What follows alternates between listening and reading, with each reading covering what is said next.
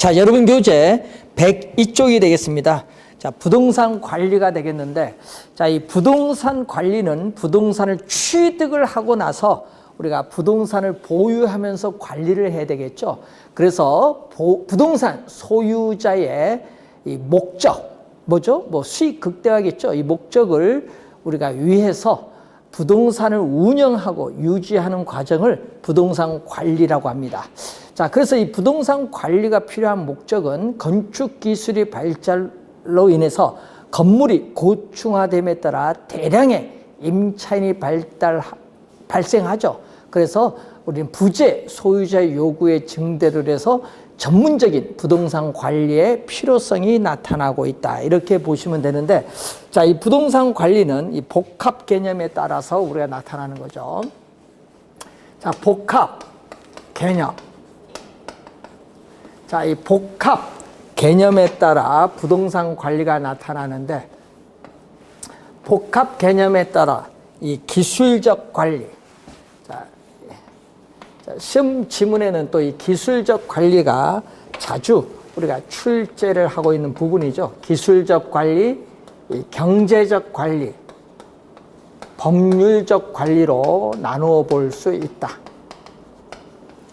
자, 이때 이 기술적 측면에 하자가 발생하기 전에 사전에 미리 예방적인 대책을 세워주거나 이 물리적, 기능적, 즉 기술적 측면의 하자가 발생한 경우에는 그 하자를 제거해주기 위한 필요한 기술적 측면의 조치를 취해주는 관리를 기술적 관리라고 합니다. 그래서 물리적 형상의 유지 관리라고 하는데, 여러분 대표적으로 뭐냐 하면요, 이 뭐 토지 같은 경우에는 측량을 통해서 토지 경계를 확정한다든지 뭐 이런 것을 의미하겠죠. 건물인 경우에는 뭐 청소 소독하는 위생 관리, 이런 게 기술적 관리입니다. 자, 경제적 관리는 우리가 부동산 운영에 따르는 총 수익에서 총 비용을 공제한 순이익을 극대화시켜주는 관리로서 특히 이 수익성 부동산, 우리 수익성 부동산 하면 뭐죠? 상업용, 공업용, 광업용 부동산, 임대용 부동산이죠. 이 수익성 우리가 부동산 관리에 중요하다. 수익성 부동산 관리에서 중요한 게 바로 이 경제적 관리다. 이 법률적 관리는 이 법률적 측면에서의 하자를 제거해주기 위한 관리죠. 뭐 토지인 경우에는 뭐 권리관계를 조정한다든지, 건물인 경우는 임대차 예약이나 계약상의 관리를 의미하는 그러한 내용이 되겠습니다. 자, 그래서 여러분이 32회 시험에는 또 출제 가능성이 높은 게 바로 이 내용인데, 관리 주체죠. 부동산 관리 누가 하느냐, 관리 주체에 따르는 관리 방식이 나오는데 세 가지가 있죠. 우리가 자가 관리, 본인이 직접 관리를 하는 가장 오래된 관리 방식으로서 소규모의 주택이나 토지 등을 의미하고, 대형 건물의 관리에 적합한 위탁 관리가 있겠죠. 그래서 자가 관리에서 위탁 관리로 이행되는 우리 과도기적 측면의 관리가 혼합 관리를 의미하는데, 자, 시험 문제는 뭐가 중요하죠? 우리 장단점에서 출제를 많이 한다는 거. 장단점에서 하여튼 출제, 정답을 많이 묻는다는 그러한 내용이 되겠습니다. 자, 여기서 장점은 뭐가 있어요? 본인이 직접 관리하면은 입주자에 대한 최대의 서비스를 제공 가능하고, 이 지시 및 지휘 통제력을 우리 충분히 발휘할 수 있는 장점이 있죠. 그리고 기밀 유지, 보안 관리가 양호하다. 기밀, 유지, 보안 관리가 양호하다. 양호, 좋다. 장점이 있고, 종합적인 관리가 가능한데, 단점은 관리 전문가가 아닌 경우에는 전문성이 낮고, 또 관리 업무에다 무사 안일주의, 타성화가 나타날 수 있는 단점이 있어요. 자, 위탁 관리는 전문가가 관리하기 때문에 소유주는 자신의 본업에 전념할 수 있고, 또 전문 업체가 관리하기 때문에 이 전문적이고 효율적인 관리가 가능하면서 시설물의 노후화를 늦출 수 있습니다. 자, 그리고 또 중요한 것은 관리 업무에 무사 안일주의, 타성화가 방지된다는 장점이 있는데, 또 위탁 관리 업체가 이 영리만을 추구할 경우에는 부실 관리를 초래할 우려가 있다는 단점이 있고, 또 기밀 유지, 관리 업체가 관리하기 때문에 기밀 유지, 보안 관리가 곤란하다. 보안 관리가 곤란하다는 단점을 가져요. 자, 이 자가 관리에서 위탁 관리로 이행되는 과도기에 유용하다는 장점을 가지고 있죠. 과도기에 유용하다는 장점을 가지고 있는데, 단점은 자, 필요한 부분만을 선별해서 위탁을 하기 때문에 전문업자를 충분히 활용할 수 없고, 관리상의 운영이 잘못되면은 이 책임 소재가 불분명하다. 자, 이 지문이 정답 많이 묻죠? 책임 소재가 불분명하다는 단점을 또 가지고 있다는 그러한 내용이죠. 자, 관리 주체에 따른 관리 방식이 보고, 그리고 이 전문가적인 영역, 즉 관리 내용에 따른 분류로서 우리가 또 시험 문제에 자주 출제되는 게 시설 관리와 자산 관리죠. 자산 관리는 또 30회 시험에 또 우리가 최근에 또 출제를 또 했습니다. 2년 전에 또 출제를 했었죠.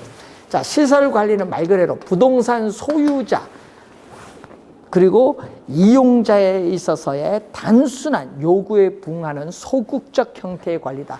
단순한 요구에 부응하는 이 소극적 형태의 관리로서 여러분 설비 관리라든지 에너지 관리, 청소, 건물의 청소 관리, 우리가 방범, 방제 등의 보안 관리 등이 여기에 해당을 하죠.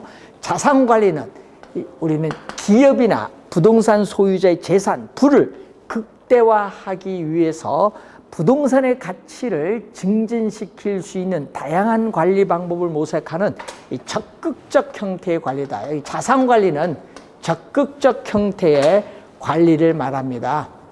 자, 그래서 투자에 따른 위험 관리, 재개발, 재투자, 리모델링 결정, 포트폴리오, 분산 투자에 따른 관리, 그리고 언제 부동산을 매입을 하고 매각할 것인가 관리, 이런 것은 자산 관리에 속하는 내용이죠. 자, 그런 관련된 내용을 우선 우리가 보는 내용이죠. 자, 32회 시험에서는 이 관리 주체에 따른 관리 방식이 좀 중요하다, 이렇게 보시면 되겠습니다. 자, 여러분 교재 100 우리가 5페이지로 오시면은 부동산 마케팅이 나오죠. 자, 이 공급자에서 소비자에 이르는 상품의 흐름을 마케팅이라고 합니다.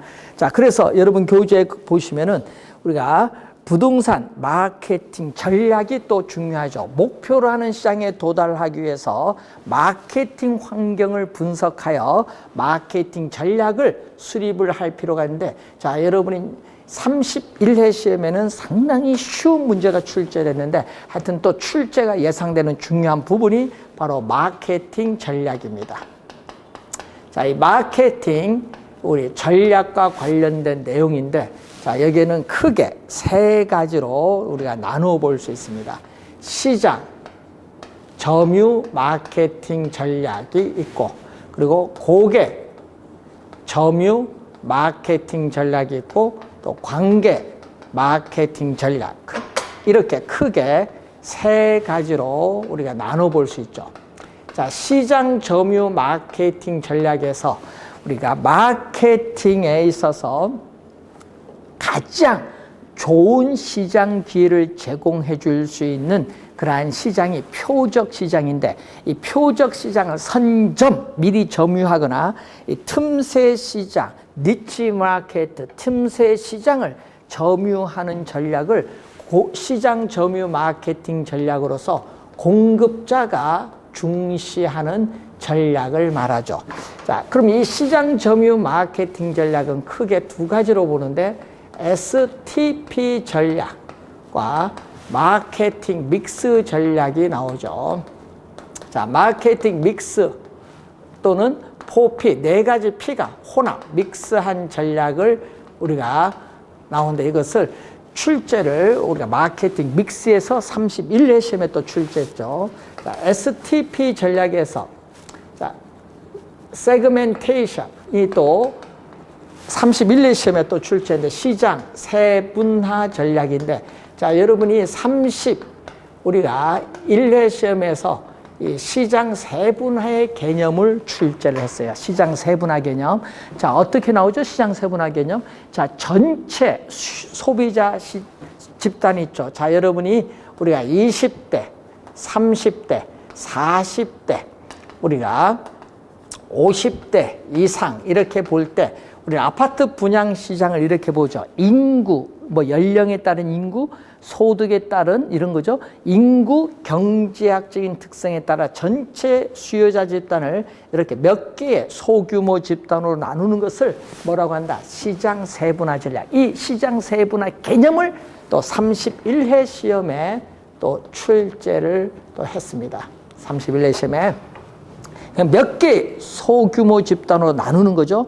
그래서 이 세분화된 집단으로부터 세분화된 시장에 따르는 판매하고자 하는 지향점을 분명히 하는 단계가 시장 세분화 전략입니다. 그래서 나오는 게 바로 타겟팅이 나오죠.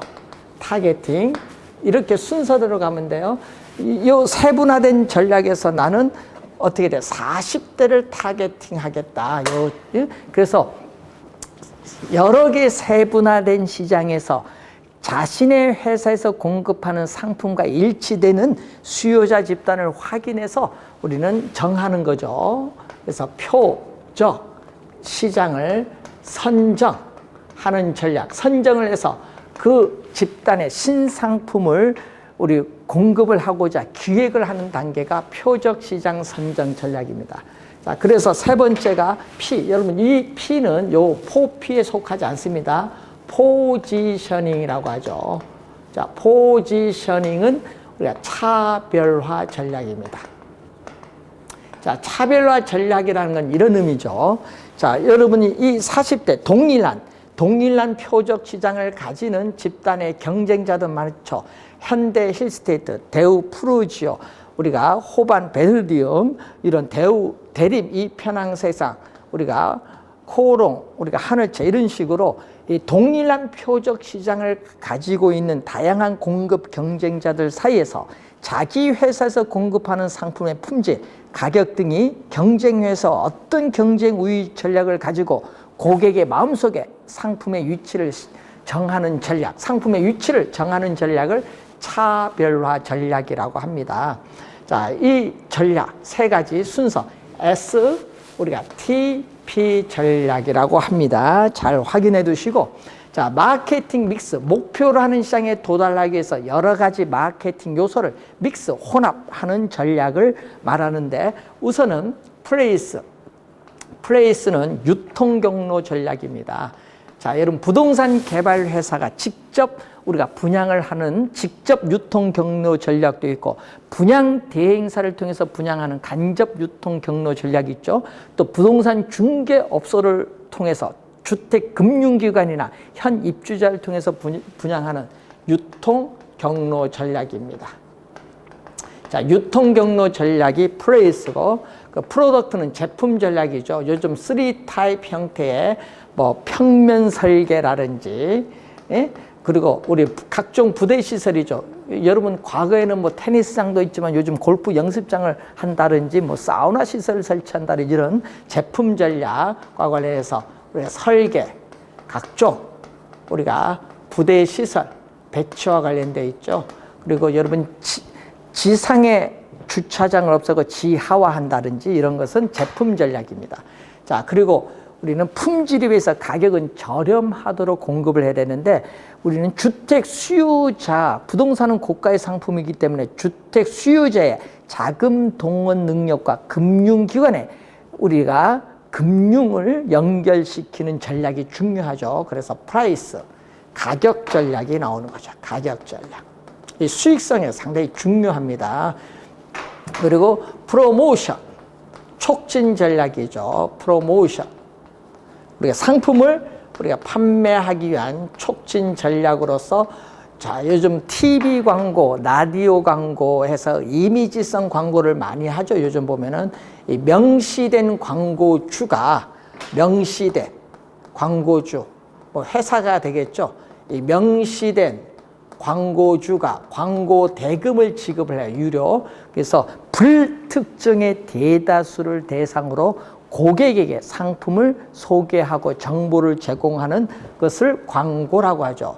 자, 뉴스기사나 신문기사를 통해서 거의 무료로 알리는 홍보가 있고, 또 우리는 보험 설계사처럼 우리 대면 접촉을 통해서 1:1 설득을 통해서 판매하는 인적 판매가 있고, 또 소비자 판매 촉진으로서 경품을 제공한다든지, 또 많이 팔수록 판매원에게 인센티브를 지급하는 판매원 촉진 수단도 있죠.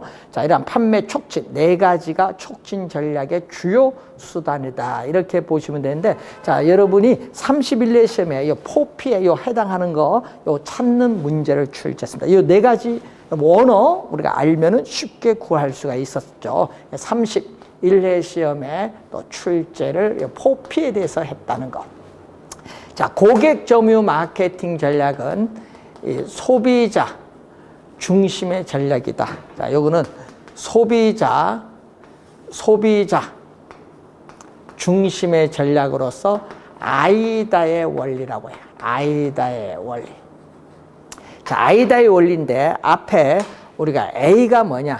앞에 A는 attention, 고객의 주목을 끌어야 돼. 그러면 interest, 관심을 불러일으키고, desire, 그 관심을, 물건을 사고자 하는 욕망을 일으켜서 action, 행동으로 나타나죠. 즉 소비자의 상품 구매 의사 결정 과정에 이렇게 각 단계에 있어서 심리적 측면에서의 접점, 자, 심리적 측면에서의 접점을 마련하여 전달하고자 하는 메시지 톤이나 강도를 조절해서 마케팅 효과를 극대화하고자 하는 게 고객 점유 마케팅 전략인데, 심리 변화의 4단계를 나타내는 게 고객 점유 마케팅 전략입니다. 자, 관계 마케팅 전략은 소비자와 생산자 간의 일회적인 거래가 아니다. 이 생산자와 소비자 간의 장기적이고 지속적인 상호관계를 중시하는 전략으로서 이 브랜드와 연관되어 있다. 뭐 대우에 있어서 우리가 아파트 명칭 푸르지오 뭐 이런 식으로 현대 일스테이트 브랜드와 관련이 있습니다.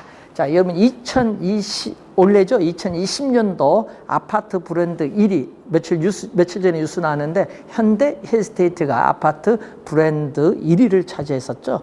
자, 그래서 여러분 이 브랜드가 이제 가끔 이제 바뀝니다, 매년.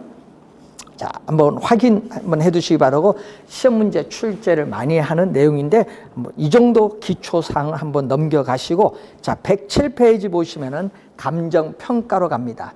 자, 이 감정평가, 이 부동산 가치는 전문가가 아니면 잘 알기가 어렵죠. 그래서 이 부동산에 있어서의 가치를 우리가 추계하는 작업이 감정평가라고 보시면 되는데, 그래서 토지 등의 경제적 가치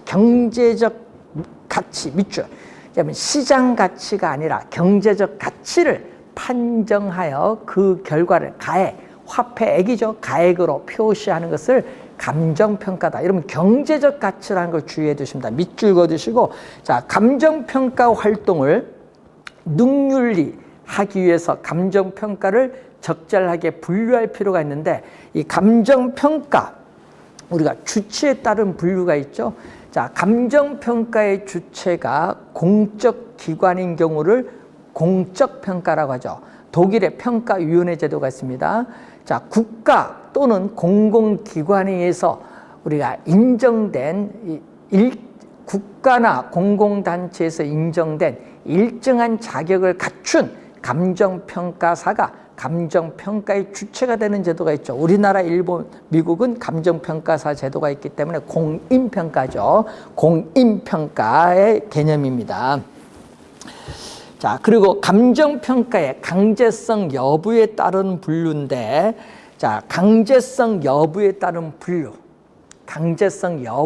분류인데, 강제성이 있으면 필수적 평가, 강제성이 없으면 임의적 평가입니다. 자, 그러면 여러분이 거기에 필수적 평가는요, 어떤 일정한 사유가 발생하면은 이해관계인은 반드시 감정평가기관의 평가를 받아야 되는 경우인데, 예를 들어서 법원의 경매물건, 그리고 한국자산관리공사 캠코의 공매물건이라든지 우리가 국가가 국유지를 처분하는 경우, 이런 경우에는 반드시 감정평가기관의 평가를 받아서 우리가 해야 됩니다. 이 필수적 평가죠.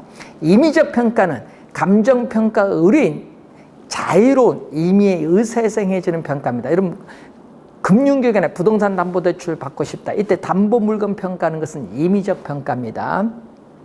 자, 감정평가의 목적에 따른 분류인데, 자, 공적 이익을 목적으로 하는 공익평가가 있고 사적 이익을 목적으로 하는 사익평가가 있는데, 공익평가는 예를 들어서 여러분이 신도시 개발을 하기 위해서 토지를 수용 시에 보상평가를 하는 게 공익평가고, 또 부동산 매매 교환을 위해서 평가하는 것은 사익평가입니다. 자, 한번 확인해 두시고, 자, 일반 거래 활동과 차이가 있기 때문에 시장에서 거래되는 가치와 달리 가격을 구할 필요가 있을 때 행해지는 평가가 법정평가죠. 법령에 규정되어 있는 평가입니다. 자, 여러분, 공시지가 평가라든지 토지거래 규제를 위한 평가, 개발 부담금 부과를 위한 평가 등은 우리가 법정평가다, 법령에 규정되어 있는 평가입니다. 자, 우리가 8페이지에 보시면은 감정평가의 조건에 따른 분류가 나오죠. 자, 현재 부동산의 상태, 구조, 환경, 점유, 제한 물건의 부착 등 현재 있는 상태 그대로 평가하는 것을 우리는 현황평가라고 하죠. 현황평가다. 자, 현황평가인데, 자, 우리나라 감정평가에 관한 규칙. 자, 우리나라 감정평가에 관한 규칙을 감칙이라고 합니다. 앞으로 감칙. 이렇게 여기 따서 감칙. 감칙. 우리가 제6조죠. 자, 제6조를 보면은 현황 기준 원칙이에요. 현황 기준 원칙이 나오죠. 현황 기준 원칙입니다. 자, 제6조 1항을 보면은, 자, 1항을 보면은 거기 나오죠. 감정평가는 기준 시점에서의 대상 물건의 이용 상황, 불법적이거나 일시적 이용은 제외한다. 어떻게 돼? 대상 물건의 이용 상황 및 공법상 미출, 기준 시점 미출, 공법상 미출, 공법상 제한을 받는 상태를 기준으로 한다. 자, 그리고 또 불법적이거나 일시적 이용은 제외, 또 미출. 요 1항이죠. 요 1항이 또 시험 지문에 또 자주 출제를 한다. 1항. 자, 이 1항 확인해 보시기 바라고, 또 과거로 가죠. 과거에 일정 시점을 기준으로 또 우리는 평가하는 것을 소급이라고 해요. 여러분, 우리는 민사사건, 형사사건 등 재판생의 분쟁이 발생했을 때 해주죠. 과거의 일정 시점을 기준으로 행해주는 소급평가가 있고, 또 가까운 미래에 도래가 확실하다. 자, 가까운 미래에 도래가 확실한 것, 우리 투자의 타당성을 평가할 때 도래가 확실한 미래의 일정 시점을 기준으로 해서 평가하는 것은 기한부평가라고 해요. 기한부평가. 자, 기한부평가인데 이번은 미래인데 불확실하다. 미래인데 확실한 것이 아니라 미래에 불확실한. 자, 미래에 불확실한 상황이 성취가 될 것을 전제로 하여 부동산의 가치가 증가하느냐 감소하냐, 이 감가 요인을 고려해서 행해지는 평가를 우리는 조건부 평가라고 해요. 조건부 평가. 자, 조건부 평가라고 합니다. 조건부 평가. 자, 조건부 평가인데, 자, 예를 들어서 토지 위에 건물이 있습니다. 자, 토지 위에 건물인데 건물이 우리가 70년이 경과해서 노후화가 많이 진행됐습니다. 이 철거를 해야 되는데 언제 철거할지 모른다. 불확실해요. 자, 그렇기 때문에 이 건물을 철거를 전제로 해야겠죠. 자, 건물에 철거를 전제로 한다는 것은 건물이 있지만은 없다고 보고 건물이 없는 상태의 뭘 나지 상태로 토지를 평가하는 것을 조건부 평가라고 하는 거죠. 자, 이 조건, 평가의 전제 조건에 따른 분류로서 나온 거고요. 자, 일본에 있어서 평가 기준이죠. 자, 일본에서의 평가 기준인데 이 토지와 건물이 결합된 복합 부동산인 경우에 적용하죠. 자, 토지와 건물이 결합된 복합 부동산의 경우에 적용한다. 자, 여러분이 토지 위에 이렇게 건물이 있어요. 자, 이렇게 토지 위에 건물이 존재한다. 자, 이때 평가 대상, 토지를 평가를 하는 겁니다. 자, 이렇게 토지를 평가한다. 자, 토지를 평가하는 거예요. 이 평가 대상 토지상에 건물이 있는 경우에 건물이 없다. 건물이 있는데 건물이 없다고 보고 건물이 없는 상태, 나지 상태를 가정해서 토지를 평가하는 것을 독립평가라고 해요. 이것을 독립평가. 그래서 독립평가는 뭐에 속한다? 조건부 평가에 속한다. 독립평가는 우리가 조건부 평가에 속한다. 그래서 건물이 없는 상태인 나지 상태로 평가하기 때문에 토지의 최유효 이용의 상태를 전제, 건물이 없기 때문에 없다고 전제를 하기 때문에 토지의 최유효 이용을 전제로 한 가격을 구할 수 있고 우리는 건물이 없다고 가정하기 때문에 건부감가를 고려하지 않습니다. 자, 그런데 이 평가 대상 토지상에 건물이 있는 경우에 건물이 현재 이용되는 상태 그대로 건물이 현재 이용되고 있는 상태로 토지를 건물이 서 있는 상태인 건부지 상태로 평가하는 것을 우리는 뭐라고 하냐? 부분평가라고 한다. 부분평가. 그래서 이 부분평가는 건물이 현재 이용되고 있는 상태 그대로 평가하기 때문에 현황 평가에 속하고 건물이 있는 상태이기 때문에 건부감가를 고려한다. 건부감가를 고려한다는 그러한 내용이죠. 자, 일본에 있어서의 평가의 기준이 되겠고, 자, 우리나라 감정평가에 관한 규칙이죠. 자, 우리나라 감정평가에 관한 규칙 제7조가 나오죠. 제7조 개별 물건 기준 원칙 등이 나와요. 자, 개별 물건 기준 원칙 등이 나오죠. 자, 7조에는 4가지가 있거든요. 1항. 자, 감정평가는 대상 물건마다 개별로 하여야 한다. 개별 물건 기준 원칙이 1항이 되겠죠. 자, 이 등이라는 용어가 나오는데 등은 뒤에 뭐가 나온다? 2항, 우리가 3항, 이 4항. 요게 등이죠. 자, 이때 2항이 뭐예요? 자, 2 이상. 여기는 2 이상. 뭐 예를 들면은 토지 건물이겠죠. 토지 위에 건물이 있다. 2 이상의 대상 물건이 일체로 묶어서 일체로 거래되거나 대상 물건 상호 간의 용도상 불가분의 관계가 있는 경우에는 일괄하여 감정평가할 수 있다.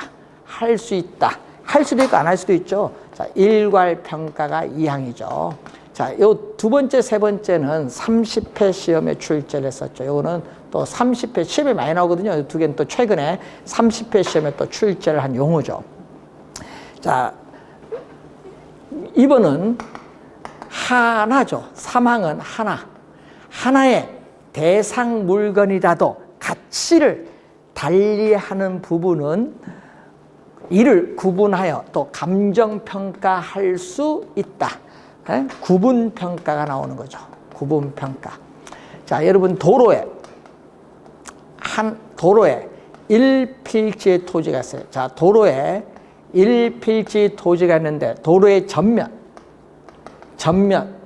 후면에 있어서 전면은 우리가 상업용, 후면은 우리가 주거용으로 이용할 때 상업용이 비싸죠. 이때 가치가 다를 때는 어떻게 돼요? 우리는 구분하여 감정평가할 수 있다. 이런 얘기죠. 자, 구분평가에 대한 얘기고, 그리고 우리가 사항은 부분평가도를 말했죠. 일체로 이용되고 있는 물건의 일부분에 대하여 우리는 일부분에 대해 감정평가 우리가 하여야 하는 경우에 우리가 특수한 목적 또는 합리적 이유가 있는 경우에는 그 부분에 대하여 감정평가할 수 있어요. 부분평가입니다. 자, 이 부분평가가 나오는데 이 부분평가는 또 1필지의 토지가 있죠. 1필지의 토지가 있는데 이렇게 우리가 도시 계획시설, 자, 도시 계획시설에 저촉이 돼서 뭐 한다? 토지를 수용을 해야겠다. 수용 시에 보상평가를 할 때는 뭐를 기준? 이 전체를 기준해서 요 일부분을 평가하는 것을 뭐라고 한다? 전체를 기준해서 이 일부분을 평가하는 것을 부분평가를 합니다. 요건 전체를 기준으로 하지 않습니다. 그냥 구분평가하는 거지.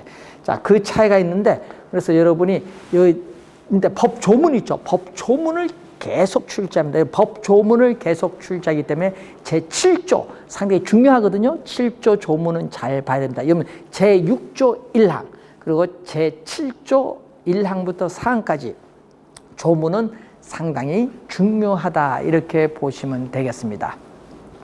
자, 토지는 우리가 관련해서 우리는 영속성을 가지고 있죠. 자, 영속성을 가지고 있고, 자, 건물은 우리가 내구성을 가지고 있기 때문에 우리는 가격보다는 부동산 학자들은 가치의 개념을 중시합니다. 자, 그래서 어빙 피셔라는 학자가 부동산 가치의 개념을 우선 나타내죠. 그래서 가격과 가치를 구분하는데, 자, 가치는 우리가 어빙 피셔, 자, 어빙 피셔의 개념을 보면은, 자, 여러분 투자론에서 피셔라는 학자 한번 봤죠? 피셔 효과일 때.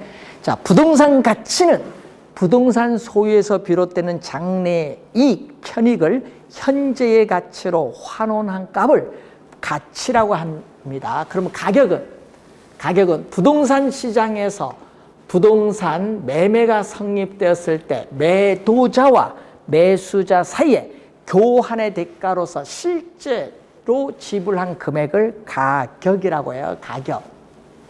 자, 그래서 이 가격과 가치를 우선 알아야 되는데, 우선은 가격은 과거의 시점에서 부동산 거래가 성립되었을 때 가지는 과거의 값인 반면, 우리가 가치는 현재 시점에서 소유에서 비롯되는 장래이익을 현재의 가치로 환원한 현재의 값을 의미한다. 자, 25회 시험에서는요, 이것을 현재의, 요건 미래로 출제를 한 거죠. 25회 시험에서는. 자, 그리고 현재 시장에서의 가치는 5억인데, 여러분이 급매로 인해서 4억에 매각하면은 현재 매각 시점에서 5억이 4억 원을 급격히 하락한 것이라고는 볼 수 없습니다. 오차가 존재할 수 있죠. 요즘 오차가 많죠. 또 가격이 급격하게 오르죠. 여러분이 3개월 전에 매매 가격이 5억이었다가 지금 10억 되잖아요. 이렇게 이것은 어떻게 돼요? 급격하게 뭐해서 우리 법의 개정에 의해서 오르고 있는 건데, 자, 이런 것은 오차가 이렇게 존재할 수밖에 없다. 자, 교환의 대가로서 실제로 지불된 시점에서 보면은 가격은 단 한 개 존재해요.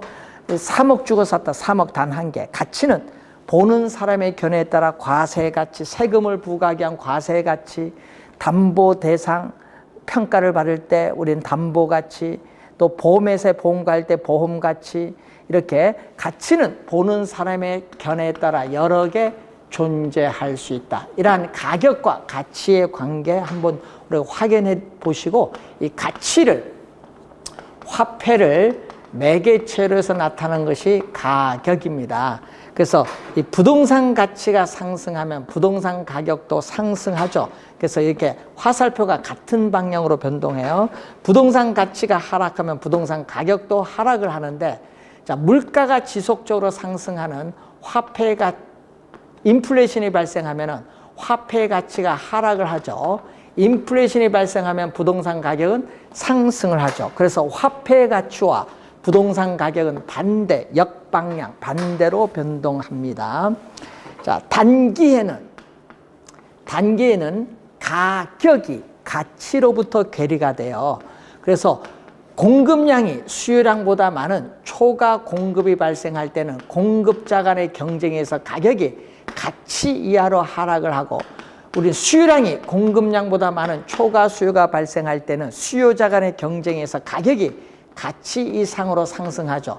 이런 조정 과정을 거쳐서 장기에는 가격이 가치에 일치되게끔 조정이 이루어지죠. 그래서 장기에서 보면은 가치는 가격의 장기적인 균형치, 균형값으로서의 성격을 가지고 있고, 단기는 가격이 가치로부터 괴리되고 있죠. 그래서 19회 시험에 또 정답 지문을 또 여기서 또 우리가 물었던 내용인데, 자, 이 기초에는 이 기본적으로 가치와 가격이 어떤 관계에 있는가, 이 정도로 아는 것이 상당히 중요하다, 이렇게 보시면 되겠습니다. 자, 여러분 교재 우리가 109페이지까지 우선 설명을 한 내용이 되겠습니다.